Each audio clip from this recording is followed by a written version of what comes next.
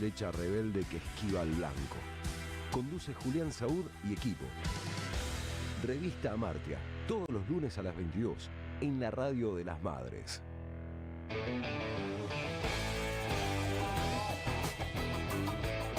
Volvemos al piso de la M530, te podés comunicar al 11 3200 0530. Estamos sorteando un par de entradas para ir a ver a Teresa Parodi. ¿Sí? Sí. ¿Y cómo hacemos? ¿Cómo hace la gente para ganarse ese par de entradas que vamos a sortear para ir con quien ustedes quieran? Tienen que mandar un mensaje al WhatsApp, ¿cómo era, Juli? Sí, 11 3200 0530. Ah, está muy bien, está ahí. El cartel no lo había visto, divino. Pero tienen que poner quiero a Teresa, dar su nombre y apellido y los 3 últimos números del DNI. Vamos a charlar con, voy a permitir hacerlo, él seguramente va a decir que sí, un amigo de la revista Amartya. Hemos hecho algunas cosas interesantes con él. Hablo de Carlos Rosansky, ex juez de la Cámara Federal, un juez que ha sido un emblema en la lucha por memoria, verdad y justicia, y está al aire con nosotros. Carlos, te saluda acá Julián Saúd, ¿cómo estás? ¿Cómo estás, Julián? Un gusto, para mí un placer. Uy, qué lindo verte. Ahí lo pueden seguir los que están por YouTube. Carlos, te llamamos porque la urgencia de la noticia nos obliga a reflexionar este recorrido que se dio en la Corte Suprema, y a razón de un gobierno que decidió ir otra vez, porque no es la primera vez, por la definición de jueces por decreto. Pero eso hoy acaba de ser noticia porque el que había asumido por decreto, García Mansilla, renunció. Contame cuál es tu reflexión sobre esta situación. Mira, García Mansilla fue designado de manera ilegal. Aceptó el cargo de manera ilegal. Sus pares, según él, de la Corte Suprema le tomaron juramento de manera ilegal. Y ahora, bueno, se está yendo porque presentó su renuncia. Es un tema muy grave, gravísimo, diría yo, porque primero porque hay delitos de por medio y hay usurpación. Vos no podés ocupar un cargo en la Corte Suprema de esa manera, insisto, con el agravante de que está avalado por los propios jueces de la Corte Suprema. Es un hecho completamente inédito. Vos recordabas el caso de la designación anterior, que fue de Mauricio Macri, un delincuente importante, un mafioso como es Mauricio Macri. Sin embargo, tuvo que intervenir el Senado, se aprobaron los pliegos. Entonces, cuando ya personajes como Macri mandan o esperan la decisión del Senado, yo creo que tenemos que ponerlo también en qué es lo que está pasando, en el análisis de lo que está pasando. A mi entender, es un momento muy especial, Julián, muy especial, muy serio, muy grave, peor aún que lo que mencionábamos de esa época nefasta de los 4 años de Mauricio Macri. Ahora, pero la pregunta, si uno quisiera pensar hacia el futuro, es ¿qué hacemos con la Corte Suprema? Porque no hay ningún tipo de garantía de que ese órgano del Estado, que es central en nuestra República, pueda sobrevivir a lo que parece que entra en conflicto, que son las instituciones. ¿Cómo te imaginas que se resuelve un problema así? Porque vos bien marcás, a diferencia de la vez pasada, le tomaron juramento. Uh-huh. Le tomaron juramento. Ahora, todo este bochorno, que nosotros nos podemos reír porque si no hay que llorar. Perdón, no solo le tomaron juramento, sino que firmó un montón de fallos, que hay que revisar, y que hay que revisar también que después no perciba una jubilación de privilegio por los 40 días que estuvo como usurpador en esas sillas. Por eso ahora es García Mann, porque dejó la silla. Por eso, ¿cómo se encara esto? Bueno, primero, fíjate que efectivamente él firmó más de 200 fallos. ¿200?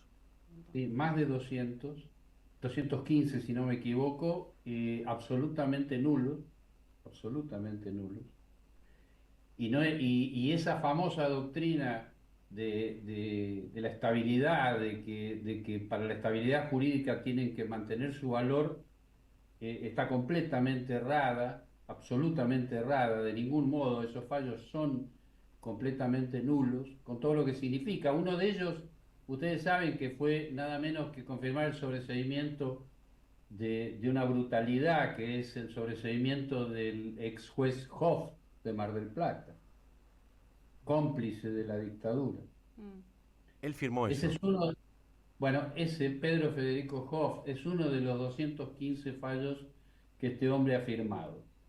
Vos preguntabas, Julián, yo no sabría cómo sigue, te puedo decir cómo debería seguir, que no va a suceder. Los jueces de la Corte deberían ser desplazados por juicio político. De hecho, le hemos pedido por estos juicios políticos, se lo pedimos con Eduardo Barcesat, con Alicia Castro, Jorge Elba, Cintia García, bueno, y se lo hemos pedido porque deben irse de la Corte Suprema. El problema es que una cosa es lo que debe suceder y otra lo que pasa en la práctica. Vos pensás que el Senado, estamos hablando el Congreso, pero especialmente el Senado, recién ahora, y el Congreso también, la Cámara de Diputados, la otra Cámara, están despertando aparentemente de ese largo sueño. Fíjate que hace un par de semanas, yo por razones de salud no pude estar, pero se hizo un evento en Buenos Aires referido al pedido de juicio político, a los distintos pedidos de juicio político que hemos hecho. Y en la primera fila estaba sentado, esto fue en la Plaza de Mayo, en el Congreso, en la Plaza de los dos Congresos. Y en la primera fila estaba sentado el presidente del Bloque de Unión por la Patria, Germán Martínez. A mí me pareció un hecho político extraordinario, porque fue la primera vez, más allá de que yo ya sabía cómo pensaba él, porque él está de acuerdo con que esto avance, pero hay un impedimento que lo incluye a él, que es que en la Cámara de Diputados ni siquiera está constituida seriamente la Comisión de Juicio Político, Julián. Por lo tanto, claro, ahí se marca bien la diferencia entre lo que es y lo que debe ser. Se me viene a la imagen un momento que fue cuando Néstor Kirchner pudo, con voluntad política, dar vuelta a una Corte Suprema como lo fue la Corte Suprema menemista. Uno puede decir, al pasar del tiempo, ¿no? Siempre es más fácil mirar las cosas que pasaron con tiempo, decir, bueno, era la Corte menemista, estaba completamente mal vista por la sociedad, pero no con eso quiero decir que fue fácil. ¿Vos te imaginás un proceso así? Porque lo que dicen los trascendidos, estamos en una Argentina donde los trascendidos son casi pornográficos, que Lorenzetti fue parte de la negociación con el gobierno, diciéndole, dale, vamos, porque si no nos hubieran mandado el gobierno. Lorenzetti en distintos medios periodísticos aparece como una figura de negociación con el gobierno. ¿Cómo queda eso? Mirá, vos mencionaste la corte menemista, época en la cual conocí a varios de esos cortesanos, con uno de ellos viajé, ya no viajé, lo encontré allá, nada menos que en la República Popular China, mirá, en Beijing, colado, en un Congreso Mundial de Lucha contra la Corrupción, una cosa extraordinaria. Otro día te cuento bien o les cuento bien la anécdota, pero yo estaba tomando un café en el hotel donde se hacía el evento y apareció Nazareno, el presidente. ¡Wow! Claro. Colado, porque el único que estaba habilitado a hablar ahí era yo, porque era un trabajo que se había seleccionado, un comité de allá de científico, sobre corrupción. Y vos tenías al presidente de una corte corrupta participando de un congreso. Estaba con él, había venido al día siguiente, vino el que ustedes recordarán, fallecido, Romero Victorica, que era fiscal de la Cámara de Casación, y el jubilado juez de la Casación, Rigi, el actual jubilado juez. Esa gente fue a China a hablar de corrupción. De un congreso sin tener la habilitación, de hecho que no pudieron hablar. Ahora, esa corte, cuento esta brevísima anécdota, porque esa corte, Julián, al lado de lo que está pasando ahora, es como que yo te hablara de León Trotsky y de Vladimir Lenin. Pará. ¿En serio? ¿Es tanta la diferencia? Créemelo. No es subjetividad, no es que porque ahora está pasando y uno se horroriza. No, es con conocimiento de causa, porque insisto, y ratificando que eran absolutamente corruptos, lo que está pasando ahora lo supera, porque esta gente, la actual, no tiene límite de ninguna naturaleza, no solo los miembros de la Corte Suprema, sino el Poder Ejecutivo y un sector minoritario del Congreso de la Nación, ¿sí? Libertad Avanza, PRO, etc. Y ese es el escenario que tenemos en este momento, es un escenario absolutamente fascista. Yo creo que todavía tenemos que superar los problemas técnicos para reconocer el fascismo, porque si vamos a seguir pensando que para ser fascista tenés que hablar italiano, o para ser nazi tenés que hablar en alemán, nos vamos a equivocar, de verdad lo digo. Nos vamos a equivocar. Estamos conversando con Carlos Rosansky, ex juez de Cámara. Carlos, Julieta Dorio te saluda. Yo soy una fan tuya en Twitter, te sigo desde Cemento, te diría. Y vos justamente estás hablando de que estamos ante un gobierno fascista que claramente está en caída libre. ¿Realmente considerás que está en caída libre? Sí, te firmo una garantía. Insisto, como le decía Julián, yo no puedo saber cómo o cuánto va a durar, pero la realidad es que fíjate una cosa, ¿no? Cuando asume Milei, no cuando asume, cuando era diputado de la Nación, ya había demostrado que está completamente desequilibrado y que además tiene una mentalidad absolutamente retorcida y retrógrada, ¿correcto? Sí. Ustedes recordarán que él había dicho públicamente no solo que la mafia es la que él prefiere por sobre el Estado, porque tiene sino códigos. además, claro, y porque la mafia tiene códigos, y su admiración por Al Capone, por ejemplo, calificándolo como héroe. Hoy nosotros miramos eso y decimos, no, puede ser cierto que alguien con esas características explícitas, porque no es como otros gobernantes que se dieron a conocer después de elegidos, él se dio a conocer antes. Y esa persona no solo llega a ser presidente de la Nación, sino que hace 15 meses que está destrozando a la sociedad, un presidente que está negando medicamentos oncológicos. Es decir, estamos hablando del peor sector de la sociedad argentina, que no es solo la figura del presidente, sino de la gente que lo rodea, porque imagínense que si alguno de ustedes es convocado por el presidente de la Nación, no va a ir. ¿Por qué? Porque ustedes no pertenecen a esa runfla malintencionada.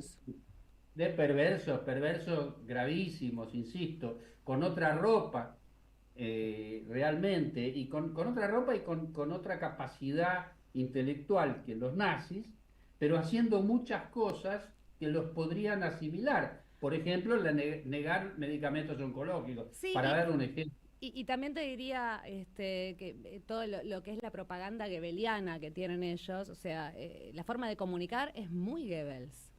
Salvando las distancias, no estamos hablando de... No, totalmente, y también, ya que estamos de anécdota y no nos escucha nadie, hace algunos meses se presentaba un libro que yo escribí que se llama De Hitler a Milei, y que el subtítulo es Curiosidades de mentes criminales.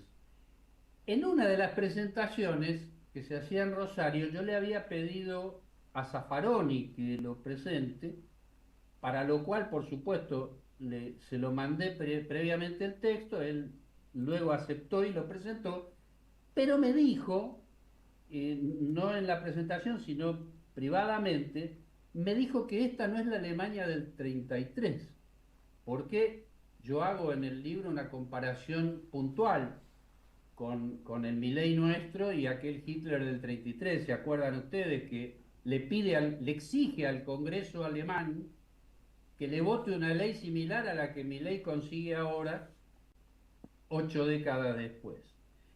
Y entonces, cuando le dije, ¿y por qué no? Le digo, está bien, no es idéntica a la Alemania del 33, pero ¿por qué? Y me dice, bueno, porque la gente que lo rodeaba a Hitler no es esta. Wow. Claramente, se estaba refiriendo a que Adorni no es Goebbels. Julieta, te lo digo. Claro, no, por eso dije salvando las distancias.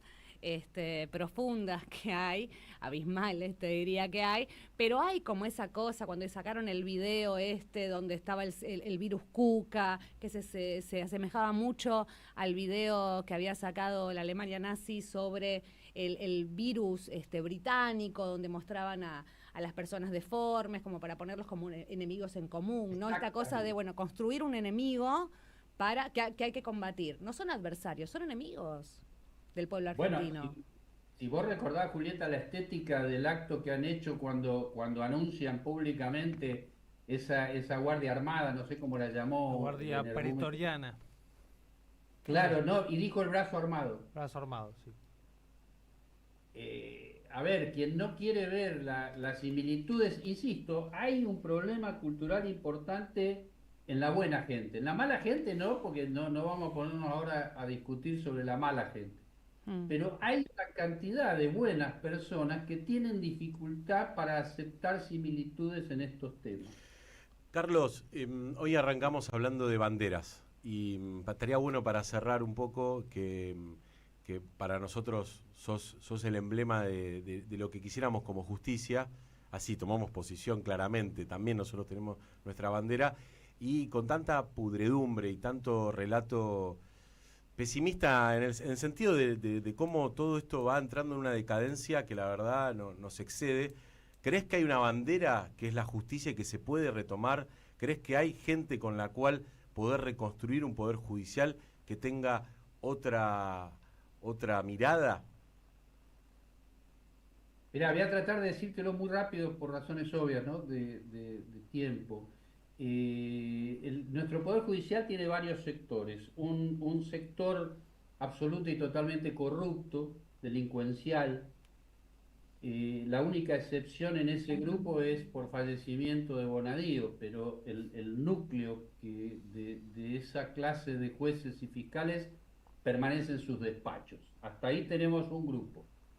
Después tenemos un grupo en el otro extremo, un grupo de gente absolutamente decente, de principios, de extraordinaria decencia democrática, que no sería justo hacer nombres, te voy a dar uno nada más, o dos: Alejo Ramos Padilla, Alejandro Slócar en la Casación Federal, pero muchos otros y otras, la jueza Fons, sí, en San Martín Federal. Es decir, hay una cantidad de personas extraordinarias como personas y como juezas fiscales y fiscalas. Ahora, en el medio tenés una multitud muy importante que son lo que yo llamo diletantes, que son los que van para un lado o para el otro de acuerdo al argumento político. En ese escenario que te sintetizo, porque daría para mucho más, yo lo que considero es que cuando alguien decida seriamente hacer una modificación y democratizar la justicia, que es lo que amagó pero no tuvo intención real Alberto Fernández, ese día no se va a poder hacer con todo el Poder Judicial por razones obvias. Entonces lo que va a hacer falta es rescatar el sector decente, descartar el sector corrupto, y con ese sector decente y con quienes se puedan rescatar, para ser reiterativo, de los diletantes que están en el medio, construir un nuevo Poder Judicial. Sí creo que es posible, no te puedo decir cuándo, pueden ser 10 años o 100, pero ¿sabés qué? Y te termino con una brevísima anécdota. Hay un libro que se llama Autobiografía de un Yogi, de Paramahansa Yogananda, que es un hindú que cuenta en ese libro, falleció hace muchos años, pero él cuenta en ese libro que a los 7, 8 años su padre en la India lo llevó al maestro para que lo forme y quedó ahí. Y estaba viviendo con el maestro y el maestro lo tuvo 12 años barriendo, Julián. Barriendo. Y a los 12 años barriendo, hasta esto contado en la autobiografía. Entonces le dice 12 años después, dice: maestro, ¿cuándo empezamos? Y el maestro dice: ahora. Es así, hasta que se empieza. Carlos, un placer, muchas gracias por compartir este momento con nosotros. No, al contrario, abrazo para ustedes. Carlos Rosansky, ex juez de Cámara, un placer, charlando un poquito de estas banderas que algunos prenden fuego y otros queremos volver a plantar, pero Hablando de gente que entrega, llegó la hora de los magos. Opa, impresionante. Llegó la hora de los magos. ¿Por qué es la hora de los magos? No sé, prendamos las luces, ¿eh? Y miremos fijo al horizonte. La utopía es toda nuestra. Hoy voy a hablarles del gesto de entregar, que puede sonar algo lindo y placentero, depende de la circunstancia, depende del momento, y si es un sujeto o es un objeto. Es la hora de los magos, todo de golpe es perfecto.